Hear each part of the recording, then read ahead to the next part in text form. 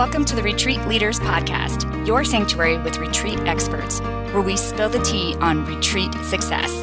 Here we dive into crafting transformational guest experiences, talk about how to avoid pitfalls, and unlock marketing secrets. Whether you're a seasoned guru or a budding enthusiast, we've got the inside scoop for you. Join us as we learn how to flourish in this magical world of retreats. Welcome to or welcome back to the Retreat Leaders Podcast. This is Shannon, and today I'm so excited to have a fellow retreat professional on the podcast today. Our paths have definitely crossed in different ways, and now we get to connect in person, sort of. We'll say sort of because we are recording on Zoom, but welcome, Leni, to the show. Thank you so much for having me, Shannon. I'm so excited to be able to talk more about retreats. Me too. I mean, anytime I get with another professional and talk business, it's like, I don't know, Christmas. It's just so fun. So this is Leni Cavazos, and I want you to first just start off by telling us about yourself, what brought you to this space. I don't know, just a little bit about who you are. Oh, yes, of course. So I started actually in the space of events many years ago. I started when I was 16 years old working at events, and it was absolutely amazing. I love being in person with people because of the connection that you can create. And that led me actually to move to the Middle East. I was living in Dubai for 6 years, and I was working at the Ritz-Carlton, where I rebranded 9 restaurants and the spa, and I made it snow in the desert. And it was absolutely wonderful. And then one of the pieces that actually is going to be very big in our conversation today is loyalty marketing. So after I was at the Ritz-Carlton, I actually moved to Marriott's corporate office for Middle East and Africa. And I was working in a team that launched Marriott Bonvoy. So for those who do not know what Marriott Bonvoy is, it's a loyalty program for people who stay at Marriott hotels. Basically, the more you stay at their hotels, the more the rewards you get, from free breakfast to room upgrades to invitations to crazy events. And I was in charge of running some of those crazy events for loyal customers. So I hosted a dinner in front of the Giza pyramids, dinner in the summer palace of the King of Saudi Arabia, and it was a private concert for Craig David, you name it. But the main focus of this was really to create connection with our customers, because loyal customers spend 67% more than non-loyal customers. Now, when the pandemic hit and everything changed, I was trapped in my apartment on the 52nd floor with a beautiful view, but I could not leave unless I had a permission slip from the police. And that was a moment where I decided I wanted to do something different. I was like, I do not want people making decisions for myself. So I moved myself back to Mexico, my hometown, and I actually started attending retreats, right? So something that brings me, I guess, a little bit out of a lot of other retreat coaches into the space is that a lot of coaches started because they were hosting retreats, and then they started teaching how to host your own retreats. My story was not like that. I started attending retreats that changed my life. And then I started creating connections with those retreat leaders. And there was this very specific retreat for women that I attended that literally changed who I was, my life. It got me to reconnect with my femininity. It was just beautiful. So at the end of the retreat, I asked them, so when is the next one? I want to bring my mom, my friends. And they were like, no, we're not having a next one because we didn't even break even. How is this possible? You had 13 women at your retreat. And then I realized there was a big problem in the transformational world. And because I am, yeah, you know what I'm talking about, right? Yes. And then because I am very curious, I couldn't help myself. And I started interviewing retreat leaders to figure out what was going on out there, to figure out what was the missing link from creating transformation, serving people, to actually running your retreats like a business. Yes. Big difference. So after interviewing over 100 retreat leaders, and I keep doing a lot of market research as I go, I've started this over 5 years ago. I can tell you that over 70% of retreat leaders do not profit from their retreats. And that's just so sad. I would guess, to be quite honest with you, Leni, that it's even higher than that.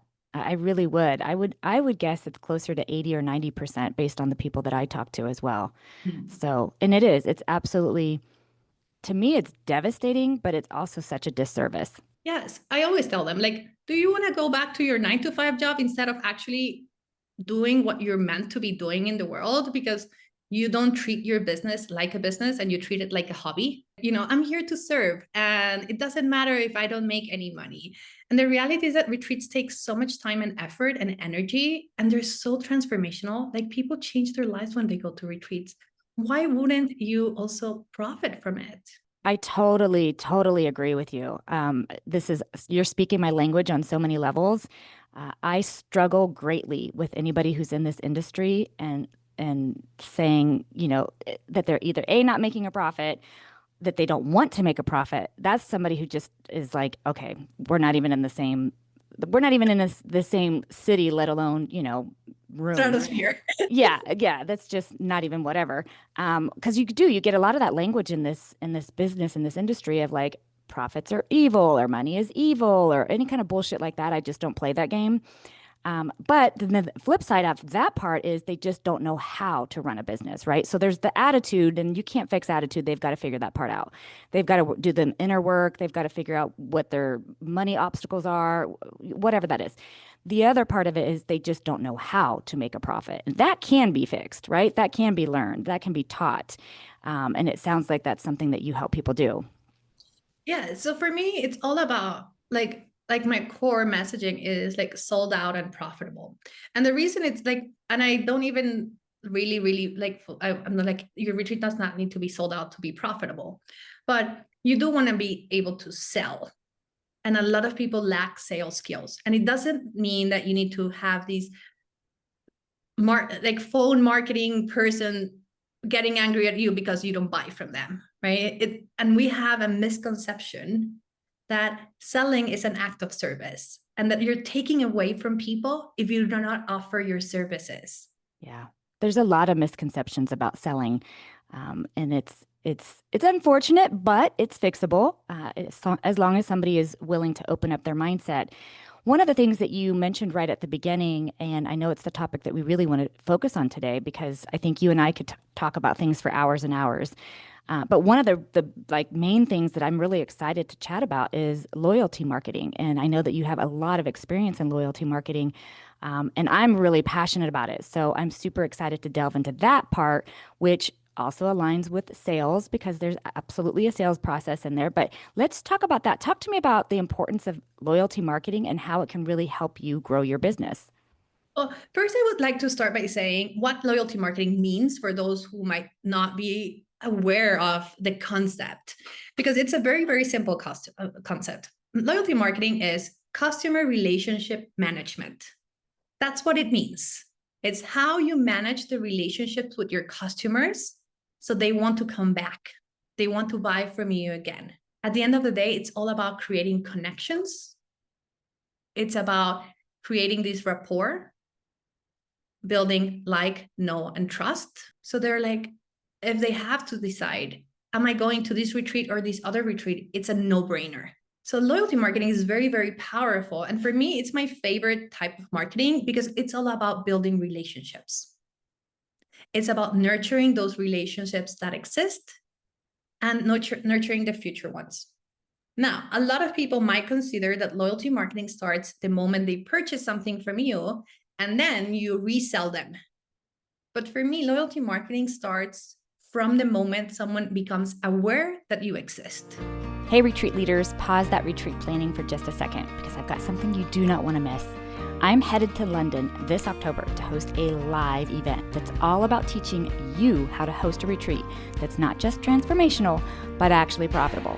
Imagine sipping tea or champagne with other like-minded leaders while mapping out your next sold-out retreat.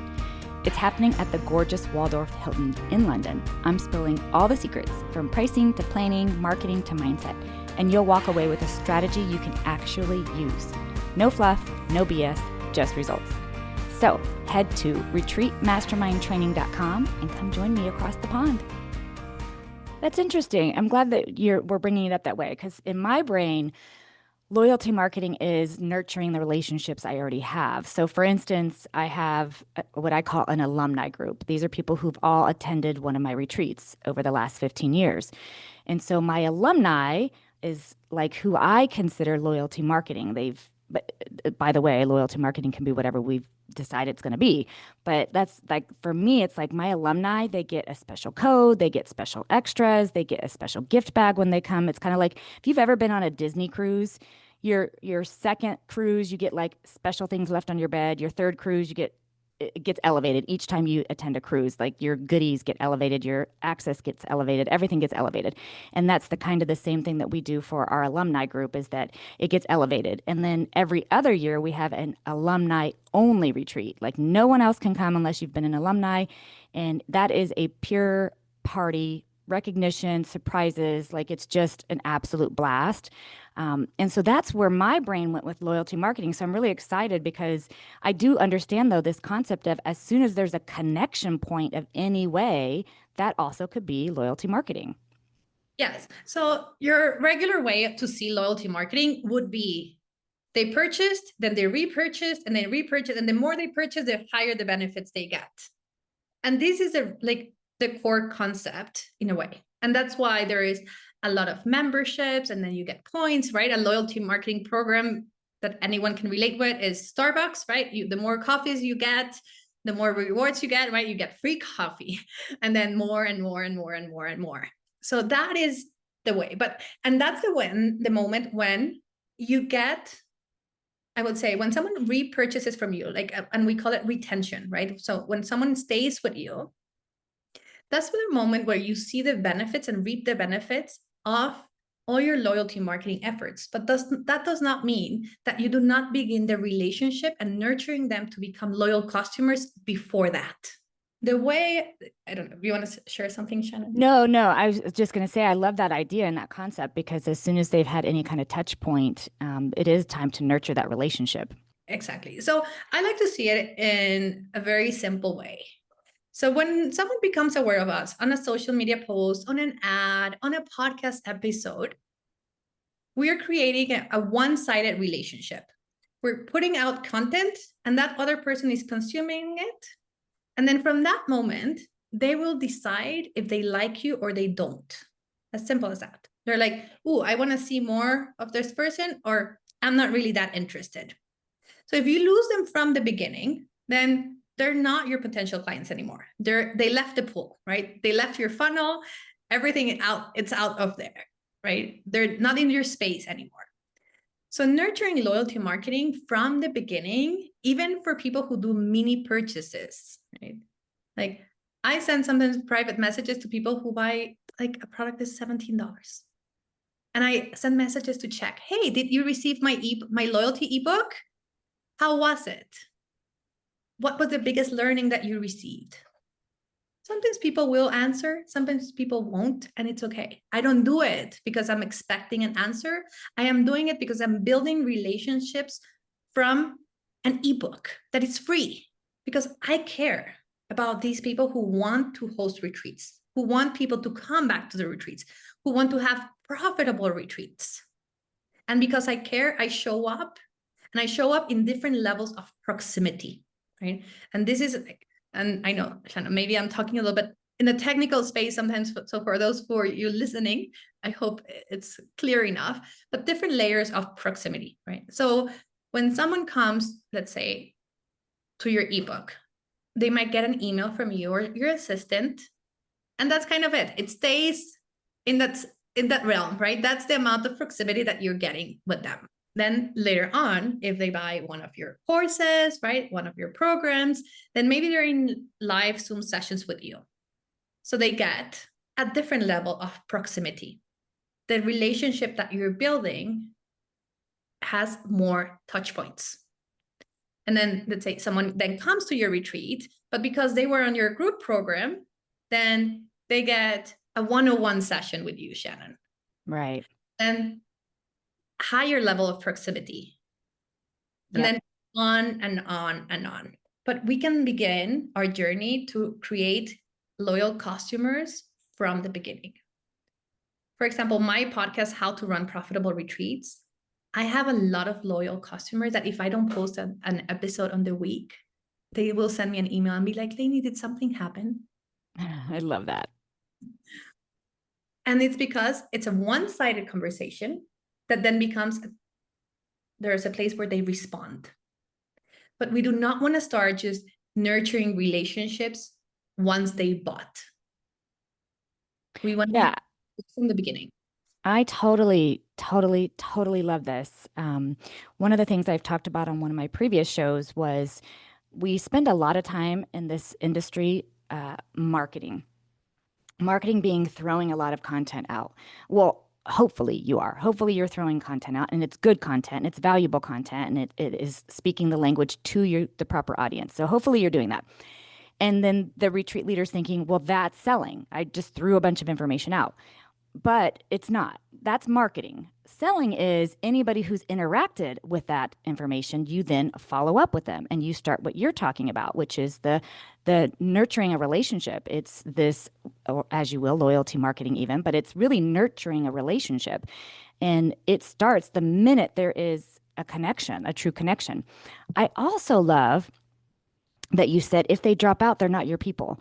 That's so important to me, Leni, because I'm all about attracting the audience that you align with. And that's not everybody. Like, not everybody's going to listen to my podcast and be like, oh, that's the person I want to, hear or be in a room with or whatever. Like, they're not going to like how I talk or how I believe or how I run my business. That's okay. I want to attract the people who align with me. Maybe I challenge them. Challenging is fine, but alignment with that as well. And so I love that you're like, some people will just drop off. We're not chasing the ones that are dropping off. I'm not a big believer of that. We don't go chasing people who are dropping off. That means it's not a fit. No problem. I wish them well on the next journey that they find the right fit with. But yeah, I love this whole concept of, really making sure that we nurture that relationship at that first touch point. And I know for a fact, and I know you know this too, it's not happening in our industry. We're just putting information out there and then doing nothing else with it. And then sitting back and going, well, my retreat's not filling. Yes. But I posted on Facebook groups and no one replied to me. Yes, that. Right. Yeah. Erin talks about the post and pray kind of thing, right? And it is so important in this industry to understand that we need to run our business like a business. Like, when I was going through a lot of these interviews, a lot of people were like, well, as long as it pays for my trip. Oh God, please don't say that. I was like, what? No. Just might as well just go on your trip on your own. Find the money somewhere else. Launch a Oh my gosh, that's way less of a headache. That's way less work. And oh my gosh, yeah. So this I get super, super worked up about because it does a disservice to everybody else in the industry who is wanting to make an impact and an income. And they can be done at the same time. They're not exclusive, an impact and an income. And the transformation that you talked about that's happening on retreats, I'm not talking about a weekend vacation, which that's fine. Those are fun. I'm talking about a retreat where there is a promise. There's a promise that's going to be answered at the end of that retreat, a problem solved, a transformation is going to happen. Those are priceless, and they're worth a lot. They're worth your energy. They're worth your time. They're worth your experience. They're worth so many things. And people get it so confused and they think, well, it's just, I only, I'm at the retreat from these days to these days and I get to travel. No. It's so much more than even the time on the retreat. It's everything you've experienced in your life, all the education, all the experience that brought you to this point to host the retreat that also has value. And so, yeah, I get really worked up when people are like, well, I just hope it pays for my vacation or my trip. And I'm like, what the? We are not on the same page. We're not. But there's a couple of things that I want to bring here into the conversation that you mentioned. First of all, I truly believe that you're not meant to be a cup of tea. You're meant to be a glass of champagne. That means Hold on. You're speaking my language. I don't know if it'll show up because I have it all blocked out. But anyway, it's a Veuve Clicquot bottle that's been custom painted for me that sits on my desk because that's been my favorite champagne for over 10 years. And I might have butchered the name a little bit just now, but that is like, I am a fine glass of champagne. So yes, please continue. I also have a big, the big bottles of champagne in my drawer, and it has a glass cover because it's specifically for once I reach a specific goal. So it's there waiting. Get it, girl. Yeah. So when we're not when we're not trying to be liked by everyone, because honestly, it's impossible, it's easier for us to understand where do we come from, who do we serve. And this leads me to the space of like, once we're like, there's a lot of like retreats that are a little bit on the generic side, let's call it like that. Mm-hmm. Then I call it like swimming with sardines. You're a sardine and you're with a bunch of other sardines. So there's nothing that makes you stand out and make you different. And people want things that are different in their lives. And then because of that, you can have retreats that are very, very specialized. So an example that it was also very connected to what you mentioned about the value of attending a retreat, right? Because the value, and for me, retreats are priceless because in one moment, your life can change. Yeah. It's really containers for deep, fast transformation. Yeah. If we were to use this example that I love using is if someone is to get divorced in California, in average, you will spend $250,000 plus all the energy, the relationship, maybe the therapist. If you have kids, all these pieces. But if you actually went to a retreat that could save your marriage or make you have an amicable divorce, so you don't spend $250,000, what is it worth to you? The mindset of your kids, the having to go back out on dating, having to date again, right? What is it worth it? And I attended a couples retreat by myself once. It was funny. And the reality is that it was a therapist and it was all about relationships and couples. And they asked one of the attendees, right? The guy, why are you here? And he said, because this is cheaper than divorce. That's literally what he said. Guess what? They're still married. They had another kid. Now they have like 4 kids. They're still married. This one retreat was worth saving a marriage.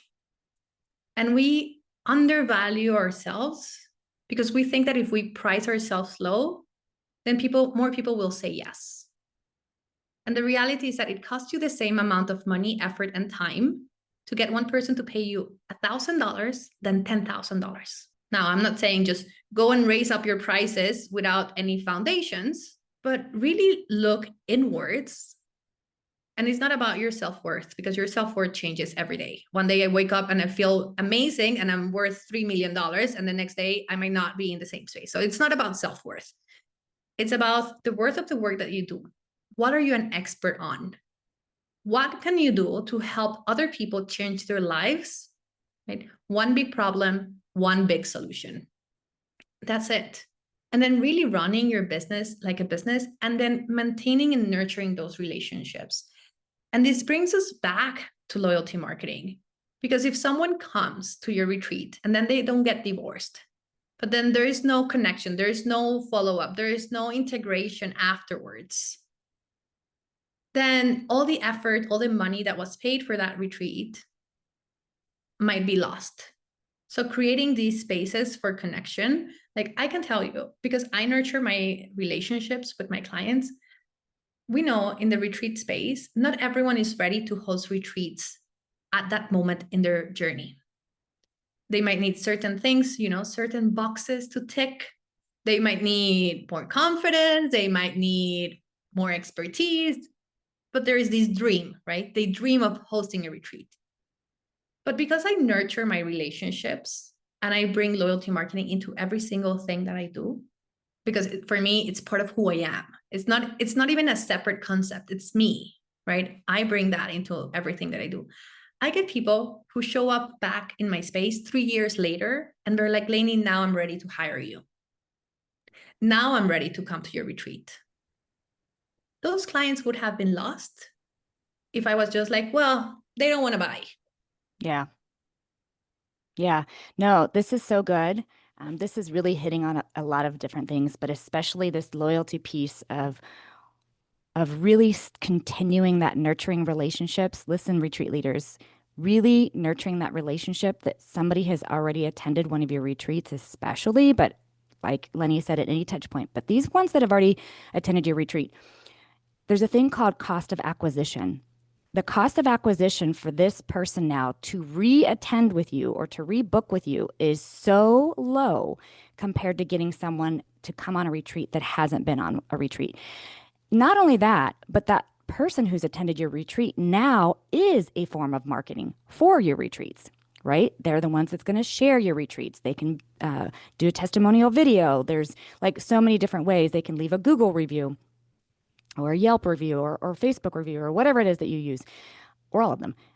But they are another tool in your marketing for you that you don't even have to pay for. It was already paid, right? It's already paid for. But the cost of acquisition for working with someone you've already worked with is minimal compared to attracting new business to come in. So it's kind of twofold, Leni. What we're talking about here is nurturing that relationship as soon as they start with you, whatever it is. It's a like, it's a comment, it's a response, it's a DM, it's, whatever, a phone call, an email, whatever that is, nurturing from that point on, unless they drop off, which totally fine. And then also continuing that relationship even after you've done business with them in a very special and intentional way with those that have already done business with you. So I'm loving this so much. And you can get so creative in so many ways. Yeah, yes. Like at once we wrote 200 personalized cards for people who show up for our events. Guess what? I got emails saying, thank you so much for this experience. Can I come next year? Oh, okay. I have to tell a story. This is so funny.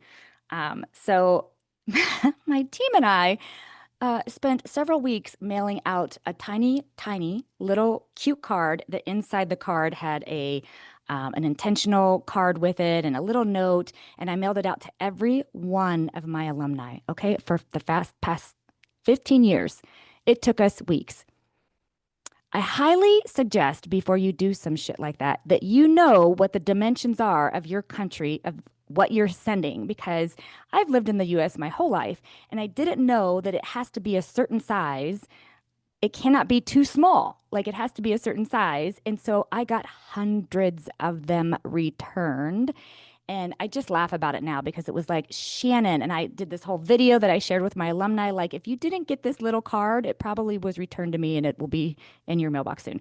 But it was just so funny because it was like, I loved it and the people that received it loved it. And yet, I had to laugh at the fact that I didn't research it well enough. But the point being is you've got to nurture your people. Like, especially the ones that have shown up, you really do. I have special events for mine. They get a special discount code. I don't do discounts. I'm not a discount person at all, but I do allow my alumni to have a special code just for them for any of my future retreats. I give them special gifts. It's just a thing. I kind of love how you talked about like the Starbucks thing, although we are all so much better than Starbucks. But it's a reward system. You trust me with your time, which to me is even more valuable than money, but you trust me with your time. And each time you do that with me, I want to really help you see and feel how much that means to me and to reward you for that. And so I just love this whole concept of loyalty marketing. And I hope to hear from the audience on some ideas of what they do for loyalty marketing, whether it's for someone they haven't worked with or someone they have worked with, because they're kind of two different tracks, but on similar train tracks. And so I would love to hear about that. So Leni, I love this conversation. Thank you so much for coming on the show and sharing. Oh, no, it's my pleasure. I really, truly believe that once we really create connections with people, nothing can stop us. And I love your story about, sometimes like the little details, but imagine like the people, I receive like Christmas cards from friends in the US every year. And then when I get them, I can't wait to see them. They have a little bit of like a letter that says what's been going on in the year for them. And every single year, I'm just waiting for that card to show up in my mail because it creates this connection. It's about caring for people. Yes. And there's so many different ways and how you can do it. And the last thing I would like to add here is like, I love that you brought cost of acquisition into the conversation, because majority of the people in the coaching transformational space do not know their cost of acquiring a client. They think that having ads and what they cost to get the person to sign up from ads is the cost of acquisition, and there's so many different layers, and we're gonna keep that maybe for a separate conversation.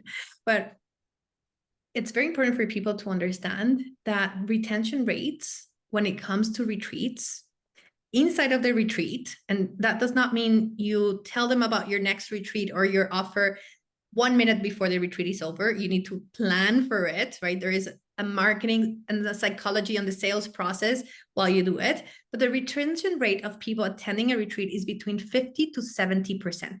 That is massive. They're already there. They're your captive audience. They just changed their lives and you help them. Yep. Oh my gosh, I love this. I love it so much. Well, Leni also has a free gift for you. She's got an ebook that is called Loyalty on Repeat, How to Sell Your Retreats with Past Clients. So that link will be in the show notes. Please grab that ebook and also jump on her podcast, which will also be linked in the show notes. So Leni, thank you so much. We will definitely have to do a part 2 and dive more into business analytics. Some people might their eyes might cross and they might break out in a sweat, but the truth is part of owning a business and running it as a business. And we are not here to play small. We are here to play big. So thanks again, Leni. I so appreciate you. Thank you for having me. Thanks for listening to the Retreat Leaders Podcast.